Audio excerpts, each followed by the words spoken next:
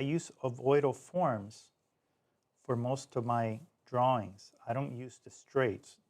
This is a very difficult technique to employ straights because you want the drawing to be very gestural and fresh.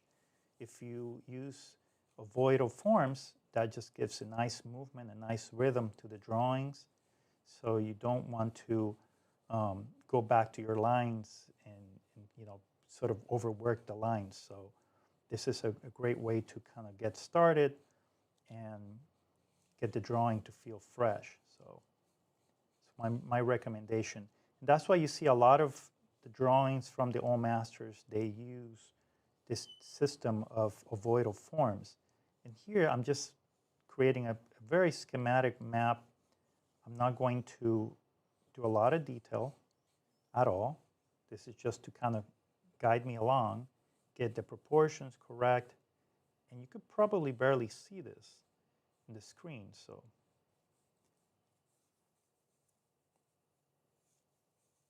one of the things, a nice tip that I want to share with you guys is knowledge of anatomy. So for a lot of you that are probably getting started with figure drawing, it's important to at least practice naming the muscles and learning the different shapes of the muscles and how they overlap each other. This is important because as you start working with the figure, the anatomy is so important. In a lot of the old manuscripts, you'll see that a lot of the old masters recommend knowledge of anatomy, and you see that in a lot of drawings by Michelangelo and Leonardo. They understood the importance of an anatomical knowledge. So okay, I have a little map here. Let's go in with the side forms. I've shared some demonstrations before on the use of overlapping forms by Andrea del Sarto. There's a nice demonstration. By the way, for a lot of you that are coming in and finding the content in the channel, if you're enjoying this content, make sure to subscribe to my channel. There's plenty of videos, plenty of demonstrations about painting and traditional techniques, so make sure to check out my library. I have a lot of information there, and also I have some courses available on Udemy, and of course my online school, Atelier School Online. All right, so I have a map here, and I don't know if you could see this on the screen, but it's a very faint map. And what I'm going to do is I'm going to go ahead and begin my line work with my reed pen. You could start, I'm going to use both so you can see the difference. This is a reed pen, this is a quill. So let's just start with the quill. And I'm using here walnut ink, and you'll be able to see I have both walnut ink and bister. Those both materials were used by the old masters. So, okay, so I'm going to go ahead and start with some of these. And you can see the calligraphic quality of the quill. Even the reed pen is just very similar to the reed pen in many ways, but it's also much finer. So here you really want to focus on linear qualities, and sometimes this bleeds. Sometimes the reed pen or the quill will bleed, and you have to kind of account for that. I mean, you have to be aware how to handle the material. So it's a difficult material to kind of handle initially. So I always recommend students to practice and do gestural drawings, very quick schematic drawings. You don't want to start with very quick, you don't want to start with very detailed drawings. The idea is just to kind of get an idea of how the material or the tool is working. So here I have some overlapping forms. I'm, again, aware of all these overlapping forms. I'm going to go back and at some point, see here, you can see how it bleeds slightly, and that kind of creates a nice feeling of calligraphy and variation. So it's sort of like controlling a little bit of a chaotic line, but at the same time, you could make nice use of that in your drawings.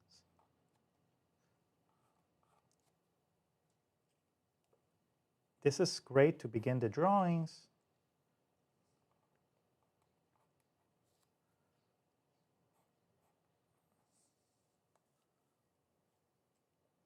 Some artists don't like to use ink or wet media to do drawings because they prefer the tonal variations and the tonal complexities of charcoal, which are great if you're doing tonal studies, if you're interested in perhaps tonal drawings that are going to be used for paintings, reference for paintings. So here it's important to be aware of the anatomy. So for example, there's an overlap there. Now, I'm just starting with this very fine line, but at some point I'm going to switch. Let's just go ahead and switch, see what this reed pen, what kind of line work you could get with this. So I want to get perhaps a darker line in some of these areas. So this comes forward a little bit. So you can see immediately that reed pen just gives you nice variation.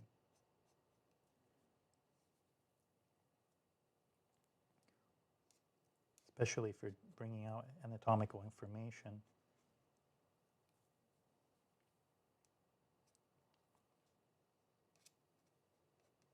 And it's important to be aware of the overlaps. Overlapping form is so important when you're working with a human figure.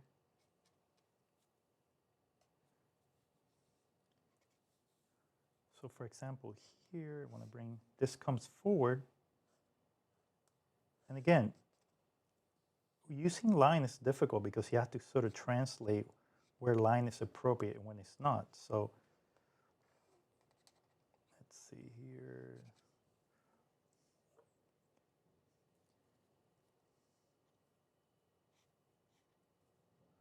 For example, here I want a projecting form there, and I'm going to come in with wash fairly soon. And let's go back to the head here.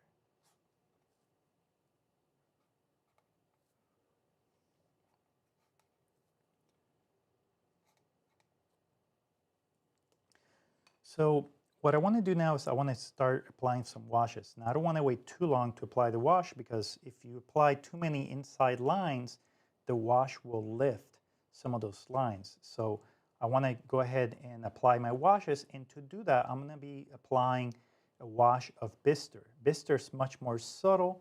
I've distilled this ink so it's very nice and faint, and it's not as dark as the walnut ink. This is a mixed technique. And I'm going to go ahead and pick out just the darks in big blocks. With the side of the brush, just applying these nice dark accents or dark masses in this case. And again, it's like drawing with the brush. You're not just filling in. You want to draw with the brush. You're sort of highlighting the anatomical information. Be aware of how the muscles are working here. And this is a technique that is described by Cennino Ciannini, by many Renaissance masters. It's a beautiful technique and allows for a very quick schematic drawing. If you have a live model, that's really the best way to use this technique. You could also use this to draw from your imagination. So all the areas that are in shadow, I'm just blocking in with this single wash that is just one unified tone. And that just gives you a really beautiful quality, nice reflective light. You could even wipe the brush and do some dry brush techniques for more more subtle washes, for example, in this area. And as the wash dries, you'll realize that it's a very faint tone. It's not very dark. You don't want to come in initially with this very dark tone. You don't want to do that because the drawing just gets heavy very quickly. So let's bring out leave some light there. And you could go back if you need to.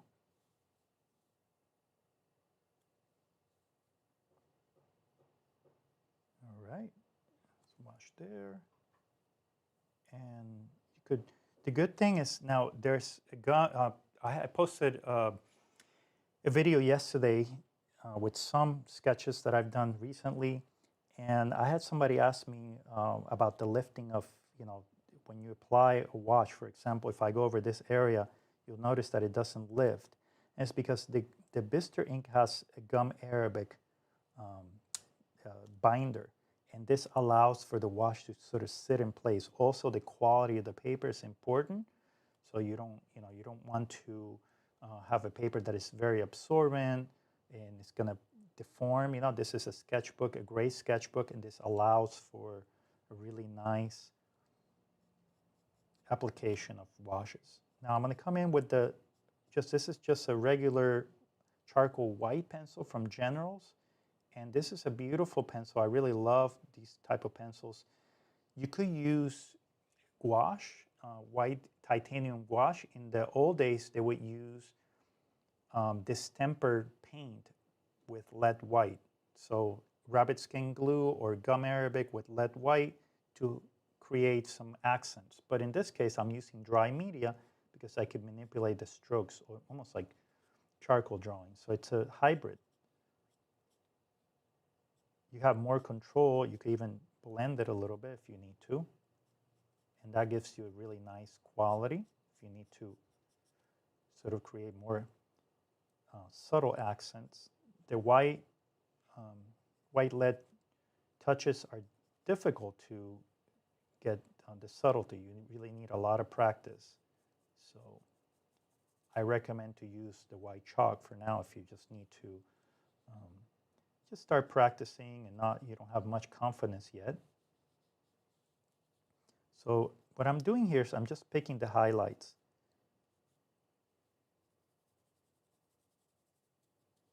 Okay, picking the highlights, the areas of extreme light.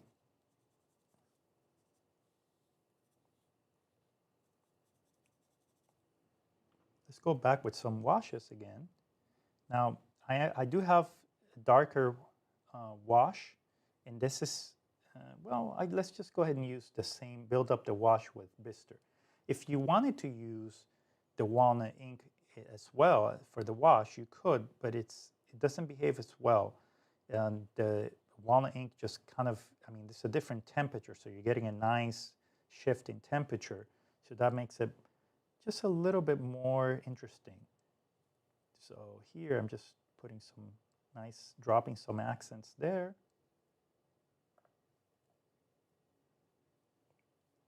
And I could build up this area here with more washes. And the good thing about these subtle washes is that they become sort of imperceptible in some areas, and they don't seem as heavy. If you go in with dark in the beginning, it's just too heavy, and it doesn't look as fresh and as as inviting as perhaps doing the washes in subsequent layers. This is true in painting as well. You don't want to go with a heavy underpainting. At first, you're just trying to establish some basic masses and blocks. So if you go in too heavy, too quick, then the drawing will just look overworked. So let's just go back to the neck area here.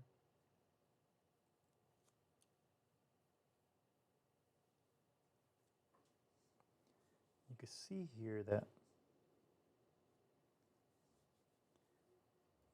by just allowing these washes to sort of be built slowly, you're able to get some nice subtlety.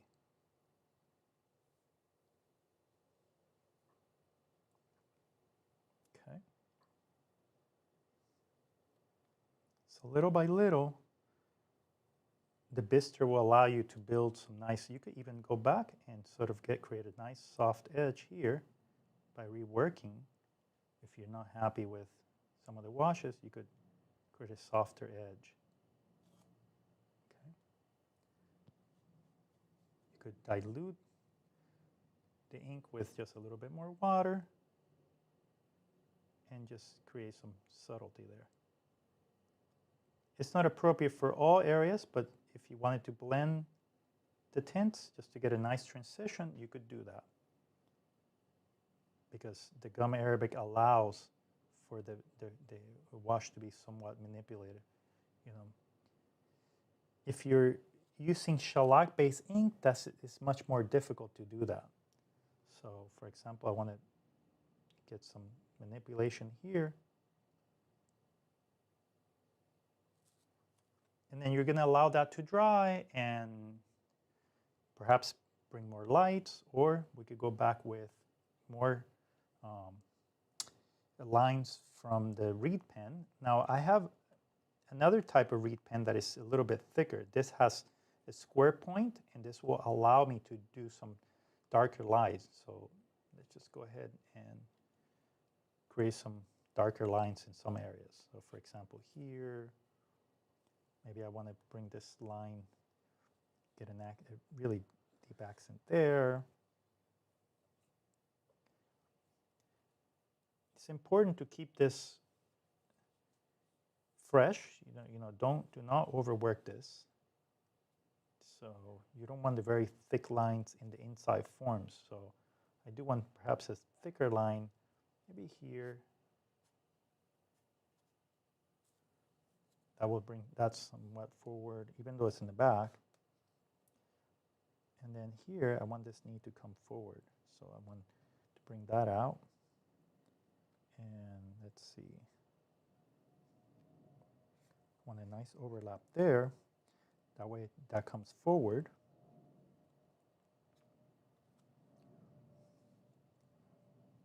And I want some deep accents here.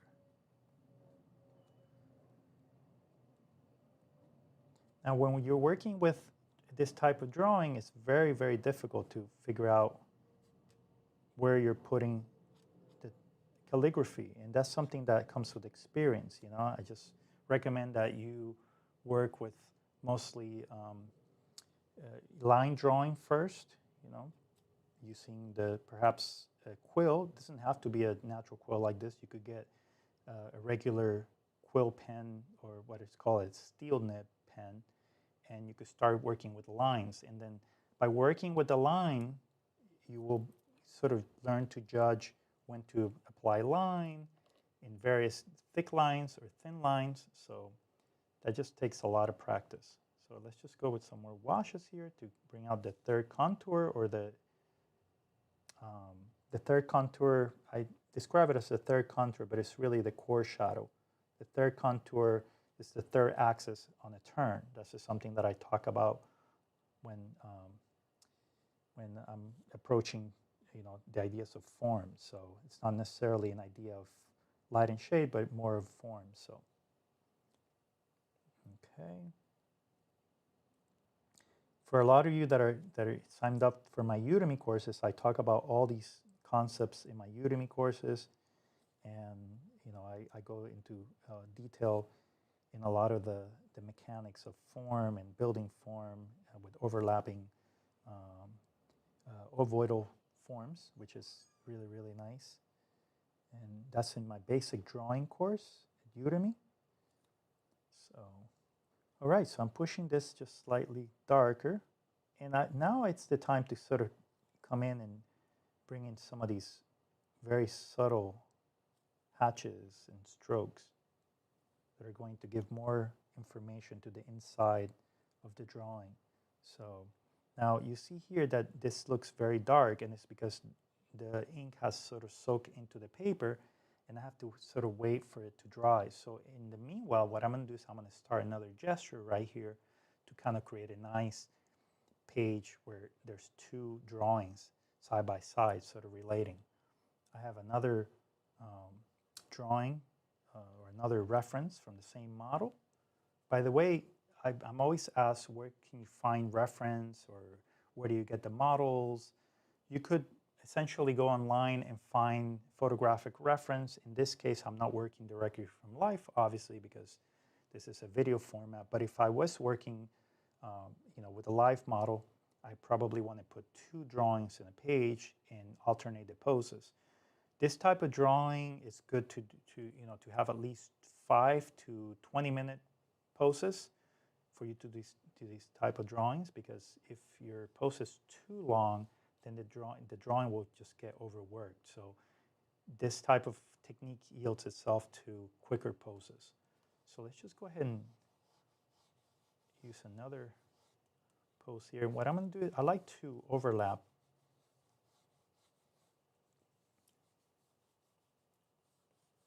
poses. That way you're practicing your space. And this is in the back. Actually, I think I'm going to do a standing, perhaps a standing. No, let's just go ahead and continue with this one. So I have another pose, and I'm going to go ahead and overlap it. So I'm putting this figure behind, and this will allow me to practice my collaging or overlapping sense of composition, which is so important when you're trying to do a multi-figure composition. This is how a lot of the old masters would practice their sense of composition. You also could play with the scale, make that figure slightly smaller.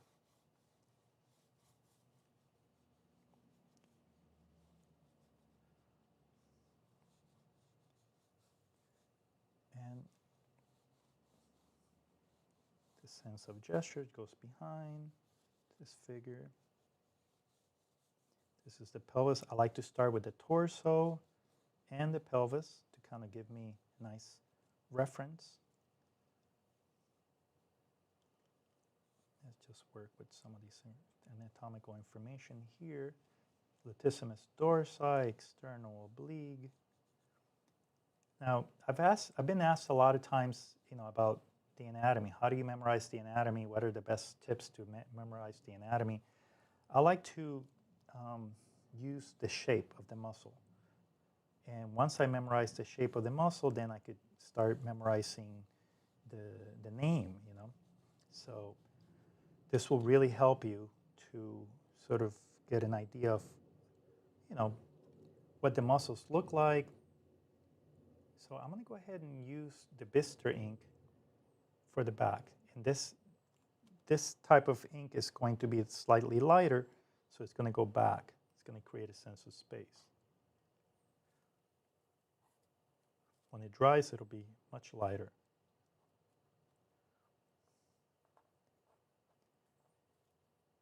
So for a lot of you that are building portfolios and you want to create some nice drawings, perhaps for college applications, these type of drawings are just superb.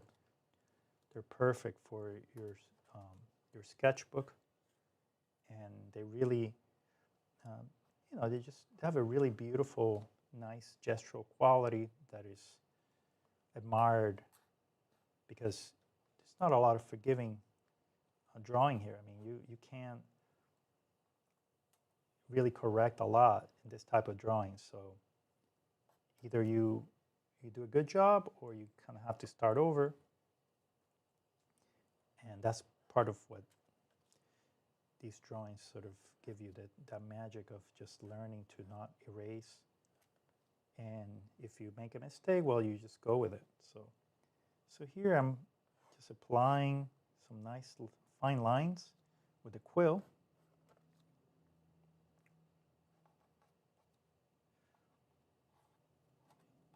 Just really being aware of the calligraphy here.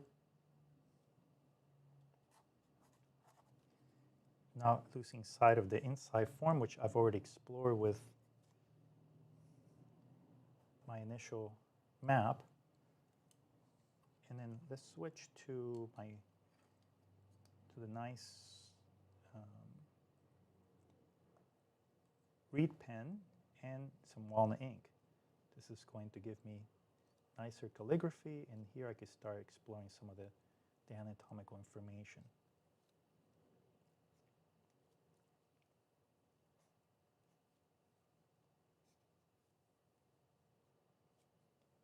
So for example, here I have some overlapping forms. Decimus dorsi there.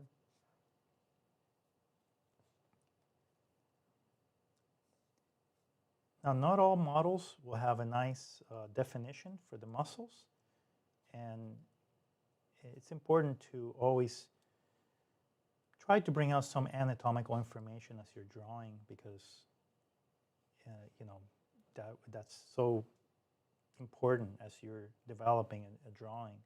You want to bring out some anatomical information.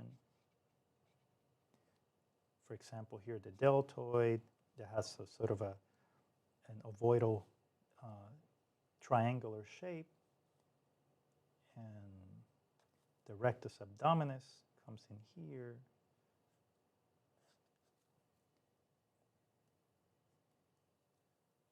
Here's the pelvis.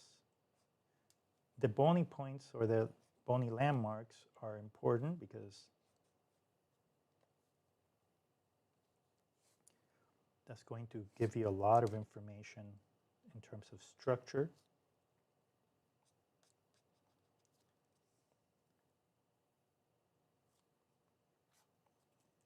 Let's continue here.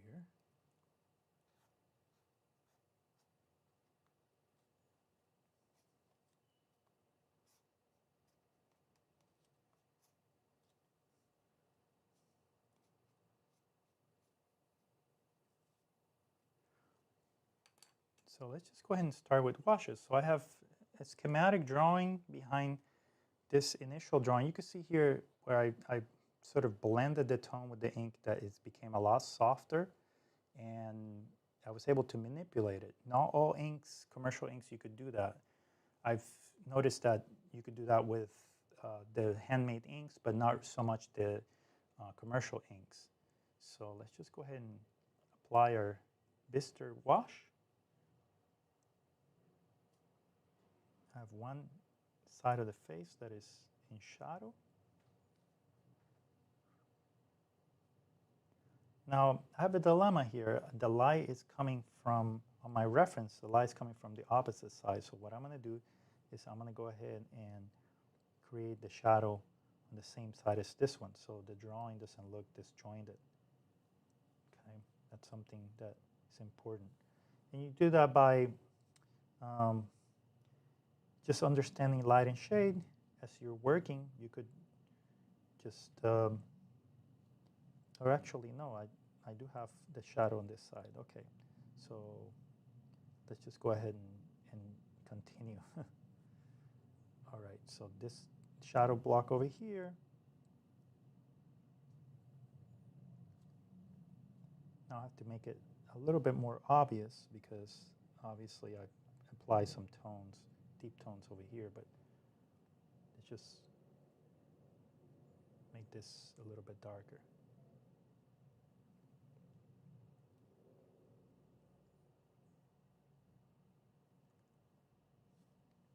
This is just one big block there. And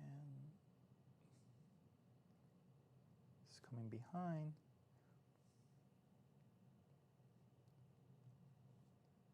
And let's make some reference to this other arm here.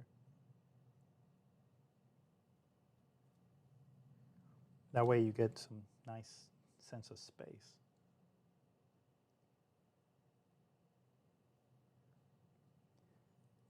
And let's just go ahead and continue with the reed pen. Now I have two types of reed pen. I have one that is very fine and one that is in between, and then the very thick one. So that's something that I like to do just to get more variation in the drawing. So I'm going to go ahead and use this intermediate one with the walnut ink.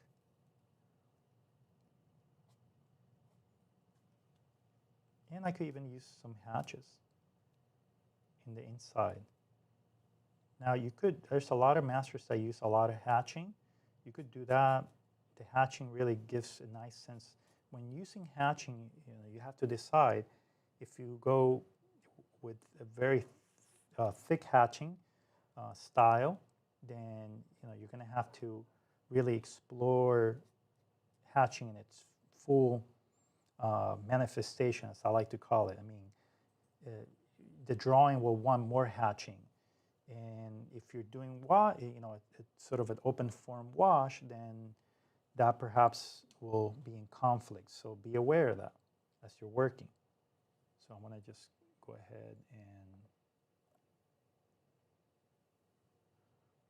apply deeper darks here. Now I really, really enjoy the bister because it doesn't get too dark and you could build the darks slowly.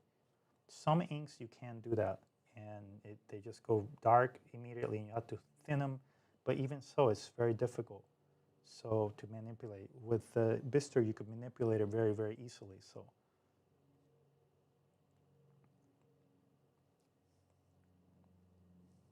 okay, and this leg comes to about right there.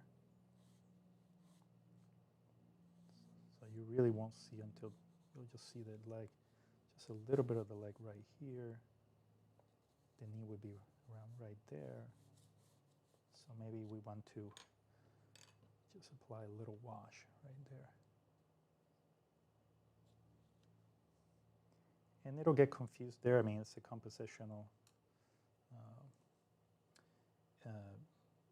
tangent point, but that's okay. I mean, we're just sort of creating a composition here out of two separate poses. That's okay. You could do that. So let's just go ahead and apply some lights to this pose.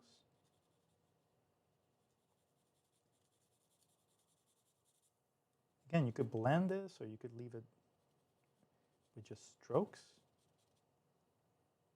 Here's the highlight.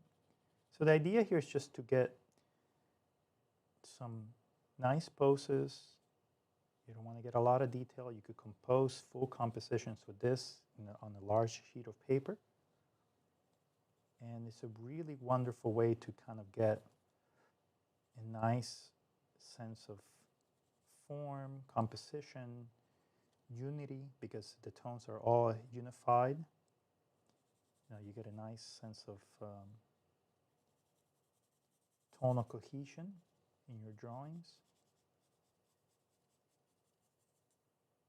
You can see here that the paper is still wet, and when it dries, look what a nice subtle drawing you get. So now let's say you wanted to go with more hatching on top and get some finer lines. So just to kind of give more information to the drawing. So what I'm going to do is I'm going to go ahead and go back to my quill, and let's test out some lines in the corner. And then you could do that. You could get more information in here with very subtle lines, just to bring out more form. And it's not going to disturb the wash. I mean, if you go too heavy, it will, but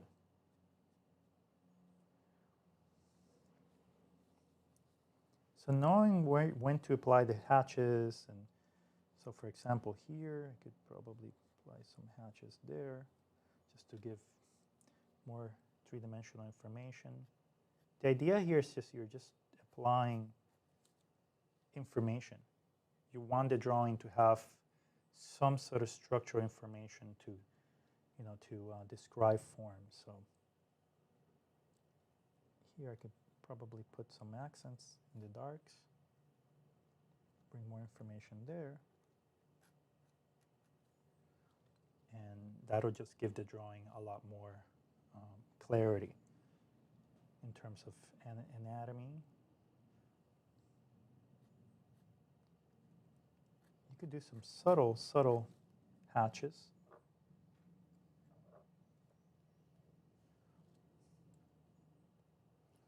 So while this is drawing, I could work on this. That's a great method to sort of go back and forth. If you start building the hatching on top of the wet areas, you could destroy the paper. So you want to keep moving around and just take a little break from those areas. So let's just bring out more information here. Stronger hatches.